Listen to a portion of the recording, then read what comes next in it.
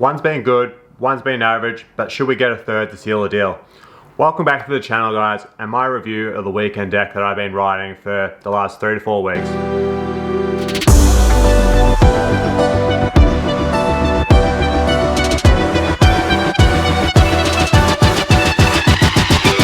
Now, I was a little bit wary about getting this deck due to the PS Stix factor, and if you haven't seen my first impressions on this deck, I'll leave a card up in one of these corners here for you to have a watch. And if you don't know what I mean about the PS Stix factors, I have covered this in another video in my GX1000 review, but the gist of it is that they tend to sog out and die after 2 weeks. But let's talk about the weekend that I've been riding. I've been riding the usual 8.25 for me, which is just my personal size that I've really come to enjoy. The length of this was the standard 32, or well, generally it's not really the standard, but it's quite an industry standard almost, of like 32 inches and a wheelbase of 14.25.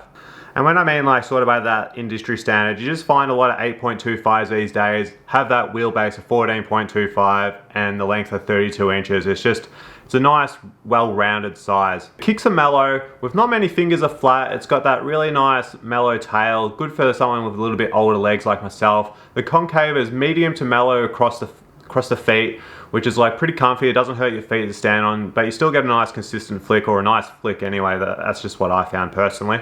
I paid full price for this deck, which was around 125 AUD from memory. I generally don't do this often, like pay full price for a deck. I think it was actually 10% off, so technically it's not full price, but it was still quite a bit. I wasn't going to do this, but the thing was, I was waiting for my next deck that I was going to ride. Still was coming in the mail because we're having Oz Post delays here in Australia, so had to bite the bullet and get a new deck because that GX1000 was really like I was stretching the life to the T. Now, one of the main reasons, pretty much actually the only reason I picked up this deck, was the shape. She's really full. That nose, nice and full. Same with the tail. Sort of like I mentioned, that FA hockey shape, very like the GX1000. Well, it is pressed at the same factory, so they sort of share that same characteristics as like the GX1000. Really full nose, but the tail is a bit more mellower than the GX1000. I'm not sure if it's just me, but like that fuller shape does feel a little bit heavier in hand. It is, I suppose, there's that little bit much more wood. It doesn't really bother me too much because I generally ride most of my decks on Thunders, but I did start this deck off on Indies as well. There was just something that I could not just quite figure out when riding this deck on Indies. I don't know what it was. Maybe like let me know in the comments what you think it could be, but like I just couldn't quite get my consistency on tricks. Like I still could do things, but like I enjoyed riding this deck a lot more on Thunders. Like my kickflips came a lot easier, my consistency was higher. I'm not sure why that is, but yeah, the Thunders sort of like work best on this weekend deck. Now, if you're enjoying this video so far, make sure to hit on that like button. Subscribe if you're not already, it's greatly appreciated. Almost to 1,000 subscribers, so let's get there, guys, and thank you for all your support. It's really appreciated. And I was like really oddly surprised about how mellow this tail was. Like I mentioned, you can't tell the fingers are flat. It's a very mellow tail, which like I mentioned, it's really good if you got like those older legs, lazier legs. It's good for a lazy skateboarder like myself.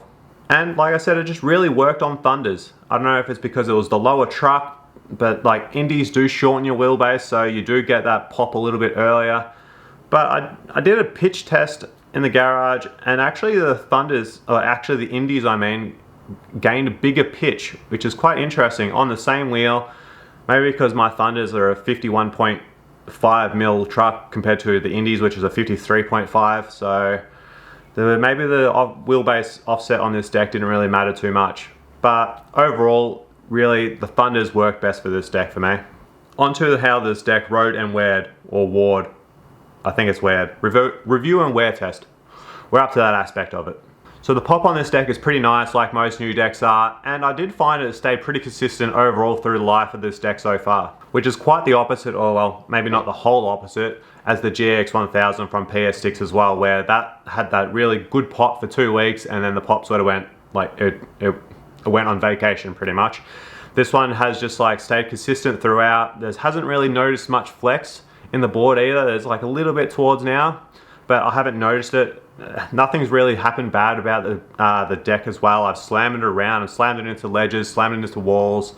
No chipping yet, just a few dints around the nose, but that's nothing major. It hasn't affected the performance. So that's 50-50 from the PS Stix pop dyeing. Maybe I need to get a third. Let me know down in the comments. Quite thinking about getting the Quasi, but I don't know. It's like, do I take that risk? Do I take that gamble on another $140 deck? Quality rise, this is really holding up. Like I mentioned, I slammed it around quite a bit. There hasn't been any chips or anything like that. I have done a lot of skating of late. Razor tail is just coming into play, but nothing too noticeably. Just have to shave down the top a little bit because it does get that square a little bit, like if you like cop one to the, you don't really want to get that. But let's cut to the chase. Would I recommend this deck to you? Yes, I would. But that also leaves me a little bit conflicted about that PS Stix factor. But this deck rode and felt nice throughout the time that I've been riding it. I'll probably ride it for maybe another week until I set up my new deck. Let me know down in the comments what deck you think I'm going to be riding next. There's some tricks in my like small bag that just, if they come straight away, I just know like the setup or the board is just like, it's going to work for me. And this was one of those. I felt like my consistency on this deck was pretty solid, and I also learned a few new tricks as well, especially a lot of like ledge game tricks. Like I've been working on those and a little bit of my flip tricks. I just felt like it's just like a very consistent, like once you get used to like the fuller shape and like the mellow kicks, if you like enjoy those like two main things, you'll enjoy this deck. So guys, that's my review and wear test of the weekend deck. I had a good time on it. Would I recommend it? Yeah, I would. Leave a comment below to help out that YouTube algorithm, and make sure to hit that like button. And until the next video, get out there, kill it, enjoy skating, and I'll catch you guys in the next one. Peace.